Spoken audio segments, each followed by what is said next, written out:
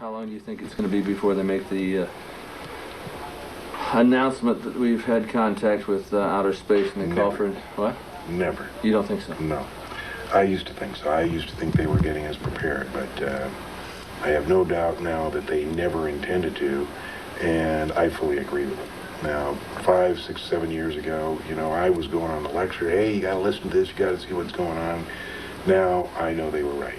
I mean, mankind is not and will never be ready for this kind of information.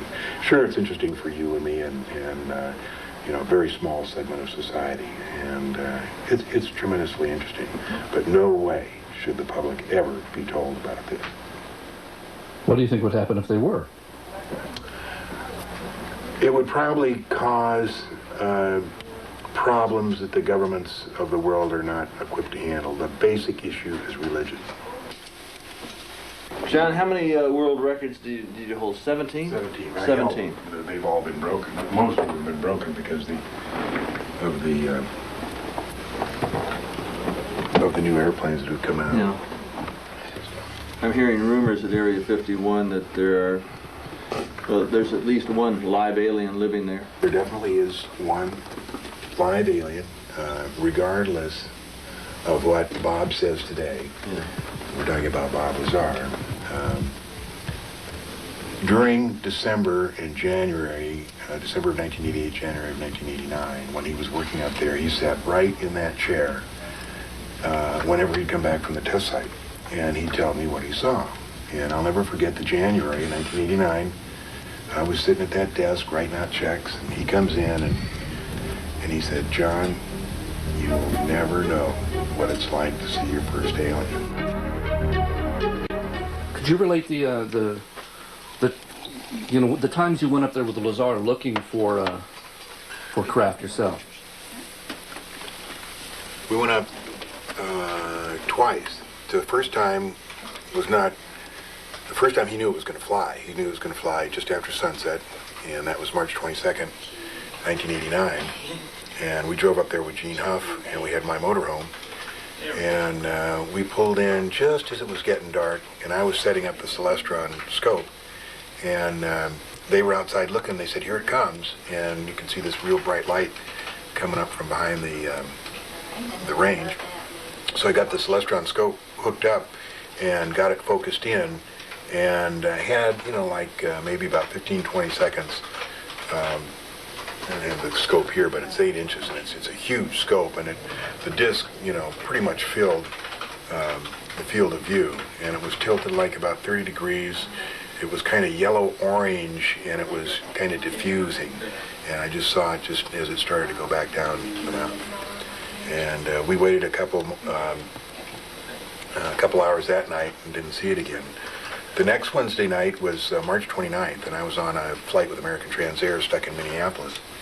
And that's the night I phoned Bob and said, "What's going on?" He said, "We're going fishing." And I thought, oh, neat. And that was his code word for we're going up to Groom Lake. Well, several weeks later, when they took him up to Indian Springs, and with a gun pointed in his head, they said, "Oh, that comment about going fishing, boy, it sure took us a long time to figure that out."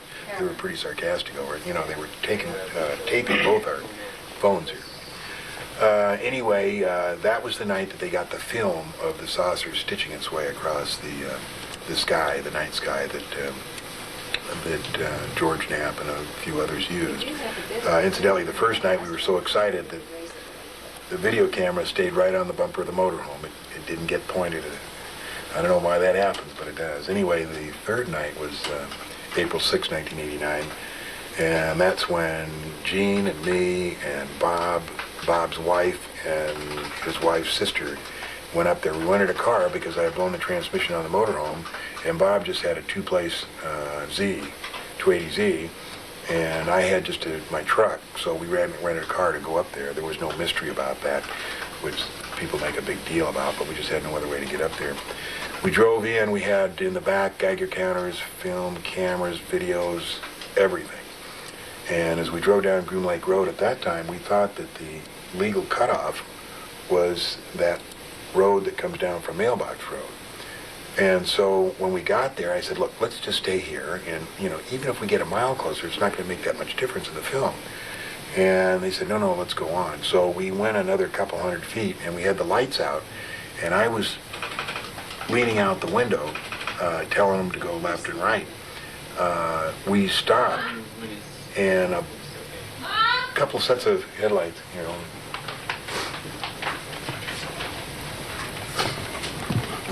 as we stopped, a couple sets of headlights came on in front of the vehicle, and we decided to run because I thought we were in illegal territory. As it turns out, we weren't, and we could have all avoided a lot of trouble. And Bob never would have lost his job, and I never would have lost mine if we'd have just, sat there and let him walk up to us. But the fact is, we thought we were in illegal territory, and we turned around, we started going 90 miles an hour down the road with them in hot pursuit. We almost made it to the highway, but they had sent another Bronco around and cut us off. And when we saw him coming down the road, we stopped. Bob ran out in the desert.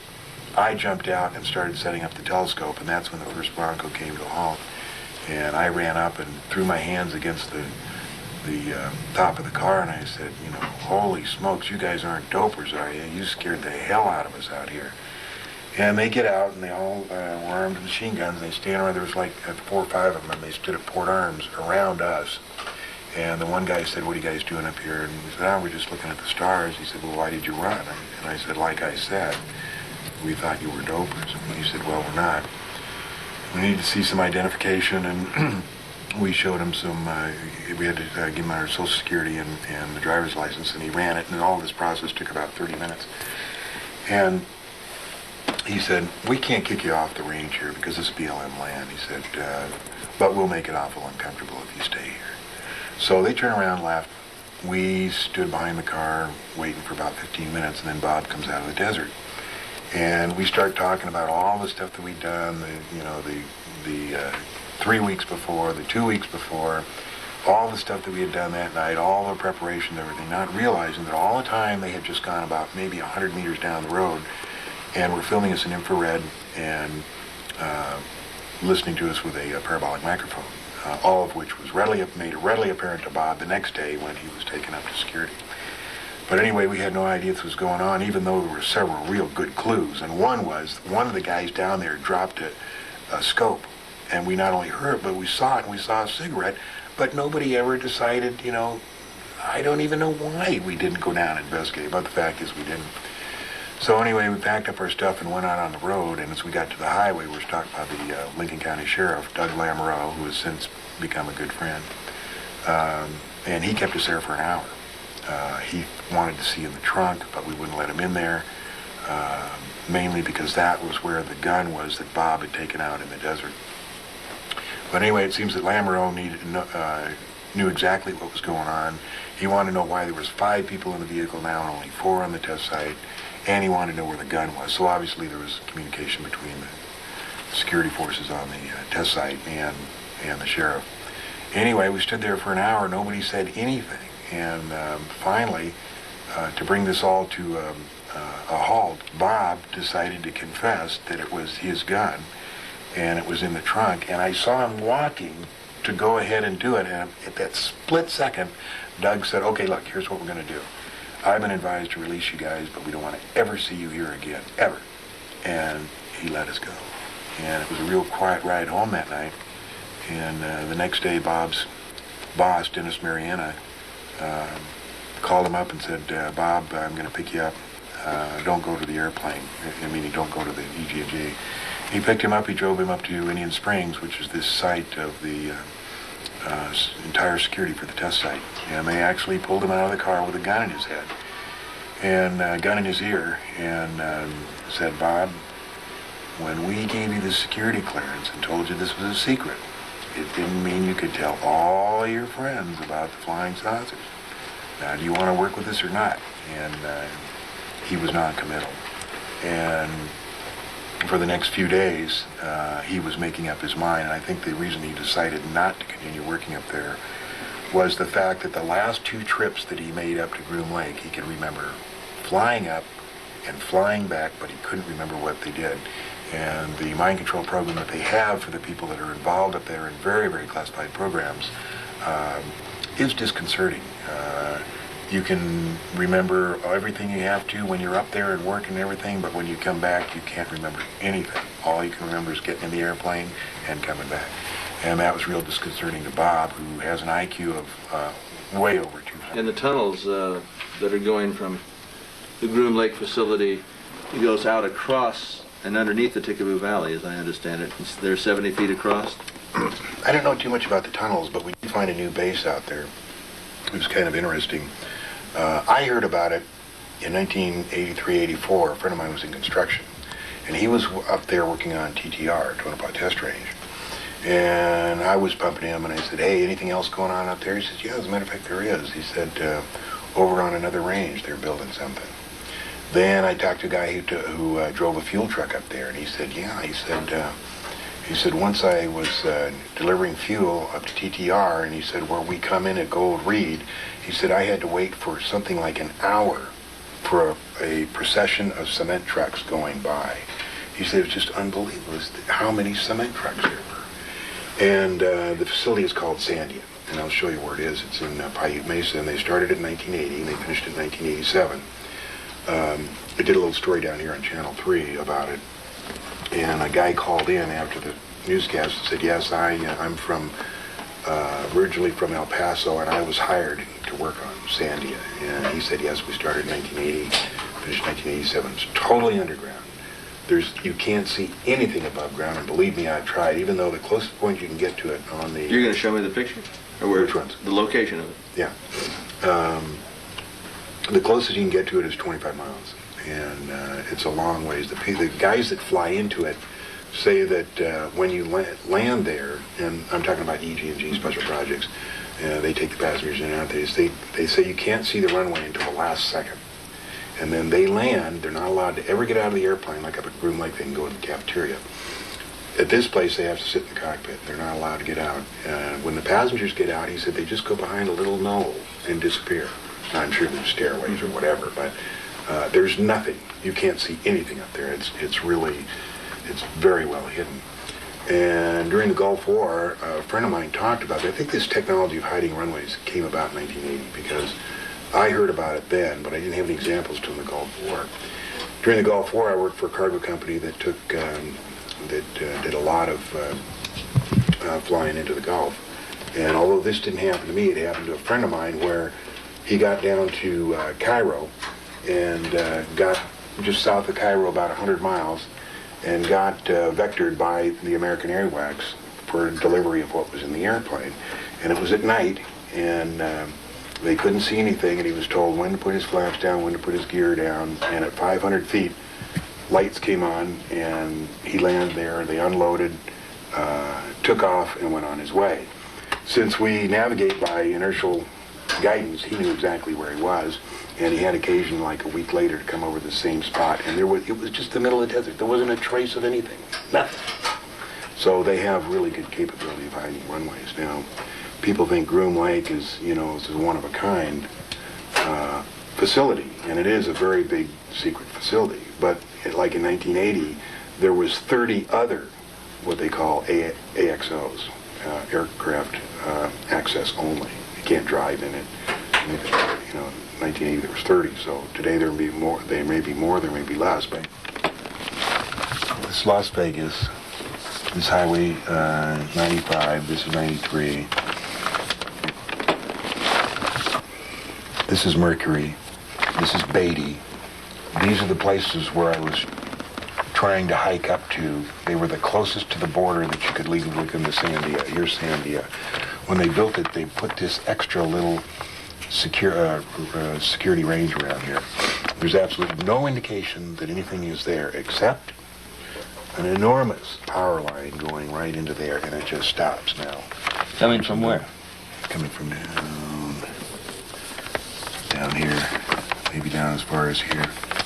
This whole area is NRDA, where they originally built the nuclear rocket. All that facility is there. This is the famed Yucca Mountain where they want to store stuff. This is Groom Lake. That's the news strip there. TTR is up there. The orientation of the runway is there. On December 23rd, I was flying a mail contract in a DC-8, and I came by this way, just to the north of here, going into Oakland, and I tuned in Dreamland 120.35. As a matter of fact, if you want to listen to it going in and out, I can put it on the scanner because I got a big antenna that goes here.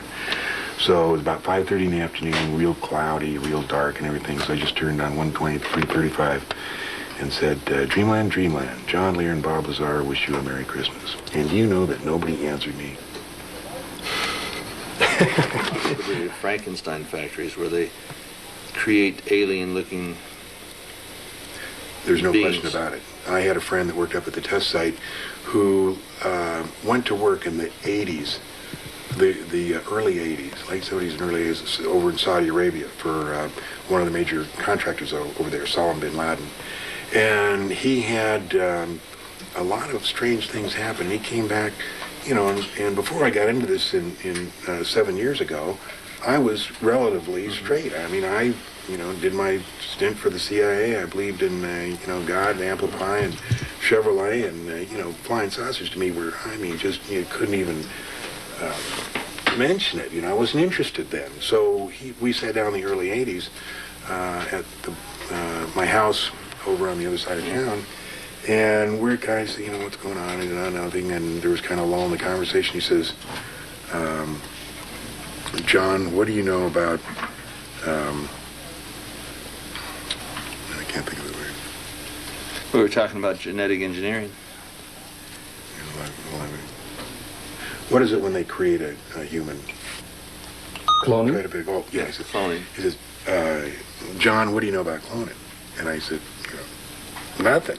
I mean, this was so far out to me. And he said, just let me tell you, it's all real and it's all happening. And this is from Cecil McMains, a guy who's so down to earth, who worked on the SR-71, who did a lot of stuff, you know, and he would never, ever come out with something so unusual as that. So they have Frankenstein, the missing kids, the milk carton kids.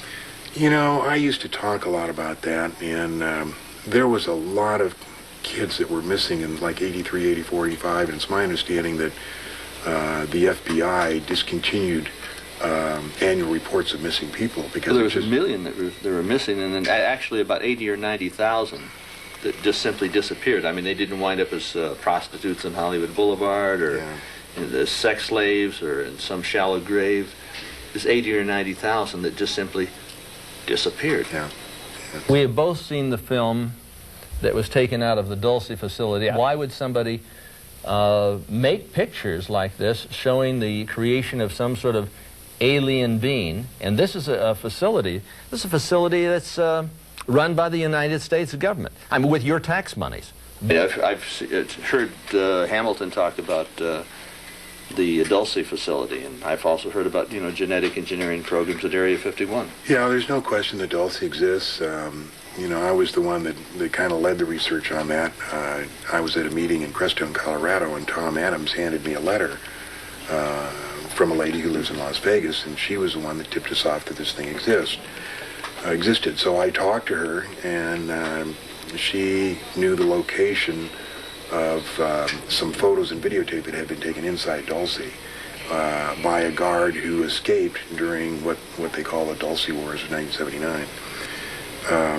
He used to contact her every 6 months, and he said, if I ever miss contacts 2 in a row for a year, you can go after this box, which they had hidden somewhere here in Nevada, that contained 6 minutes of videotape, 25 black and white photos, and some other documentation about what went on in Dulce. About 2 years ago, he did turn up missing. We never heard from him. And I think there was like 12 or 13 attempts after the box, but it had been hidden maybe at least 10 years ago in the terrain and the foliage, and everything changed. I don't think they ever got it out. He said on level 5 you'd walk on by and people would be in cages and screaming and begging for help, and he was told I heard that. to walk straight on through and not look or pay attention. Yeah. These people are all mad. I heard that. And then from another source, Air Force engineering source, I heard that when he went there, they referred to it as Section D. And then Bob heard it referred to when he was up at the test site just once, and somebody said, mentions something about being shipped to Dulce, but that's the only reference he ever heard to it. Now, I call these, the guys who are working in the facility as Igors, the invisible government's obedient robotons. But it really is a Frankenstein factory. Good. I'm hearing rumors at Area 51 that there are, well, there's at least one live alien living there. There definitely is one live alien, regardless of what Bob says today. Yeah. We're talking about Bob Lazar. During December and January, December of 1988, January of 1989, when he was working up there, he sat right in that chair whenever he'd come back from the test site, and he'd tell me what he saw. And I'll never forget the January of 1989. I was sitting at that desk writing out checks, and he comes in, and he's a little fidgety. And after the first night that he got back from the test site, we never discussed anything in this room because they seemed to know everything that was going on.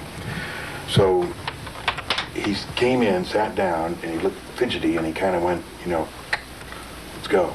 So we went out in the back.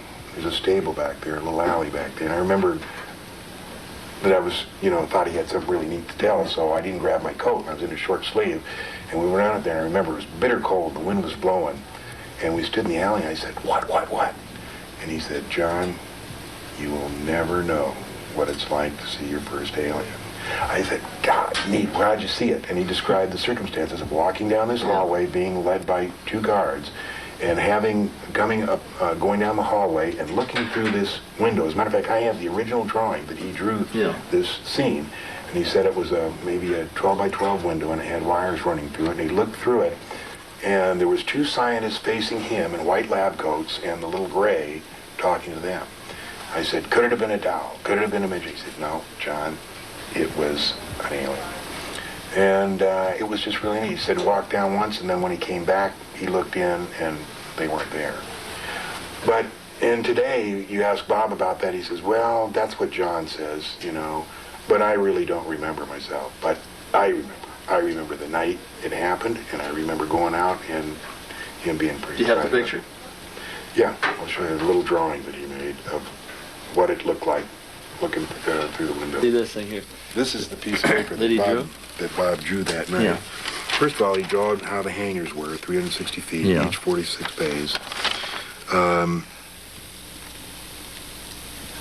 This was the corridor, this was the window, and those were the two scientists, and the little gray. The scientists are facing us, the gray is going that way, and that's what he saw through that window, and he's very meticulous, showing, you know, where and under what circumstances he saw it. This is the drawing of how the hangars fit up against the mountainside.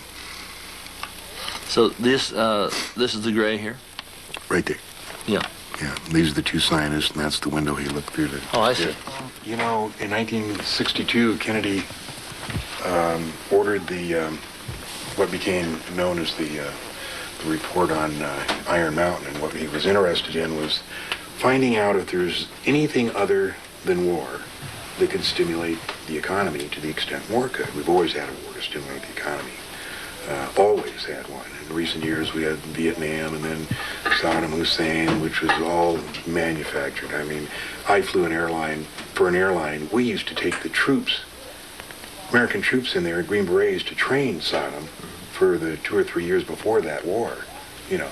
But they create the crisis. They create the crisis. So the report from Iron Mountain said really that there was nothing that would stimulate the economy as well as war. And they had considered medical research, space research. They said that there was one thing that would stimulate it, and that was a threat from an extraterrestrial species, real or imagined.